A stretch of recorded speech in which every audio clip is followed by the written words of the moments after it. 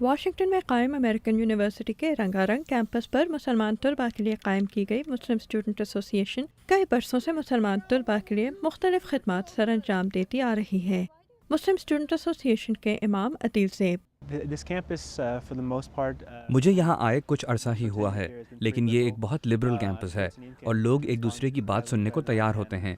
یہاں ہم مسلمان کمیونٹی کے لیے تقاریب بھی بآسانی کر سکتے ہیں۔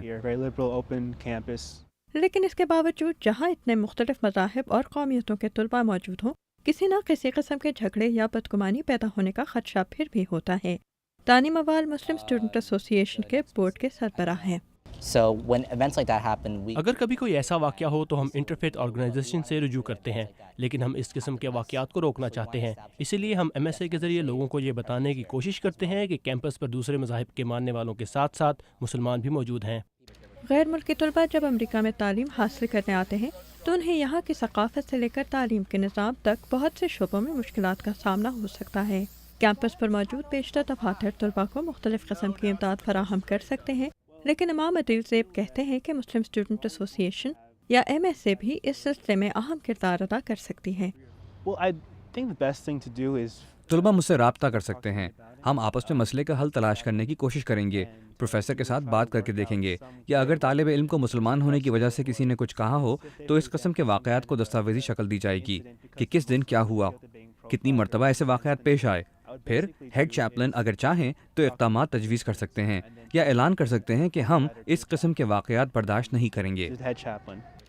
بعض طلباء کو دوستوں اور رشتہ داروں سے دور کیمپس کی رونق اور پڑھائی کے دباؤ کے باوجود اکیلے پن کا احساس ہوتا ہے۔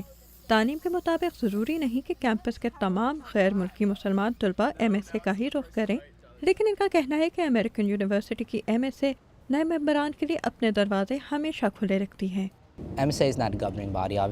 MSA کالج کا کوئی دفتر تو نہیں، یہ ایک کمیونٹی ہے، لیکن اگر کسی طالب علم کو تنہائی کا احساس ہو، اور مجھے یقین ہے کہ دنیا بھر سے آنے والے بہت سے مسلمان طلباء کو یہاں تنہائی کا احساس ہوتا ہے، ممکن ہے کہ یہ طلباء ہم سے رابطہ نہ کریں۔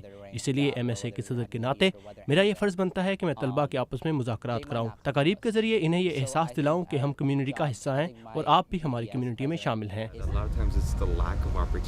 سبھی عثمانی امریکن یونیورسٹی میں تعلیم حاصل کر رہے ہیں۔ Act on anything. Just come talk to us and we can solve it, inshallah.